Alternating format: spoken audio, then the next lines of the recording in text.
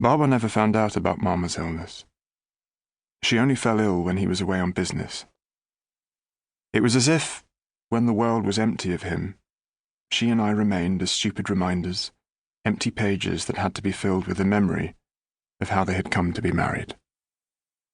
I sat watching her beautiful face, her chest rise and fall with breath, unable to leave her side, hearing the things she had just told me swim and repeat in my head. Eventually I left her and went to bed.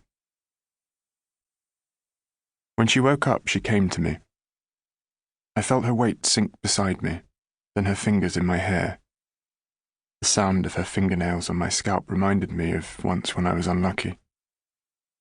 I'd thrown a date in my mouth before splitting it open, only discovering it was infested with ants when their small shelled bodies crackled beneath my teeth. I lay there silent, pretending to be asleep, listening to her breath disturbed by tears. During breakfast, I tried to say as little as possible. My silence made her nervous. She talked about what we might have for lunch. She asked if I would like some jam or honey. I said no, but she went to the fridge and got some anyway. Then, as was usual on the mornings after she'd been ill, she took me on a drive to pull me out of my silence, to return me to myself again. Waiting for the car to warm up, she turned on the radio, skipped through the dial and didn't stop until she heard the beautiful voice of Abdalla. I was glad because, as everyone knows, one must refrain from speaking and listen humbly to the Qur'an when it is read.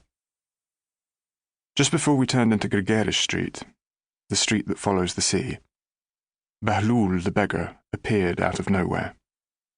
Mama hit the brakes and said, "Ya Satir." He wandered over to her side, walking slowly, clasping his dirty hands tightly to his stomach, his lips quivering. "Hello, Bahlul," Mama said, rummaging in her purse. I see you, he said.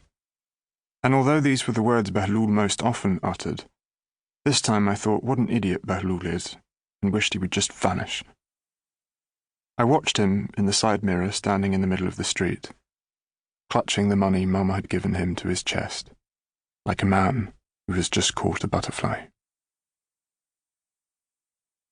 She took me downtown to the Sesame Man in the market by Martyrs Square, the square that looked onto the sea, the square where a sculpture of Septimius Severus, the Roman emperor born all those years ago in Lepsis, proudly stood. She bought me as many sesame sticks as I wanted, each wrapped in white wax paper twisted at either end. I refused to let her put them in her bag. On such mornings I was always stubborn. "But I have some more shopping to do," she said. "You're bound to drop them like this." "No," I said, curling my eyebrows. "I'll wait for you outside," and walked off angrily, not caring if I lost her or became lost from her in the big city. "Listen," she called after me, attracting people's attention. "Wait for me by Septimius Severus." There was a large cafe on one side that spilled out onto the passageway.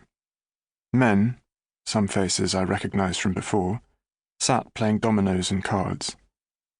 Their eyes were on Mama. I wondered if her dress shouldn't be looser.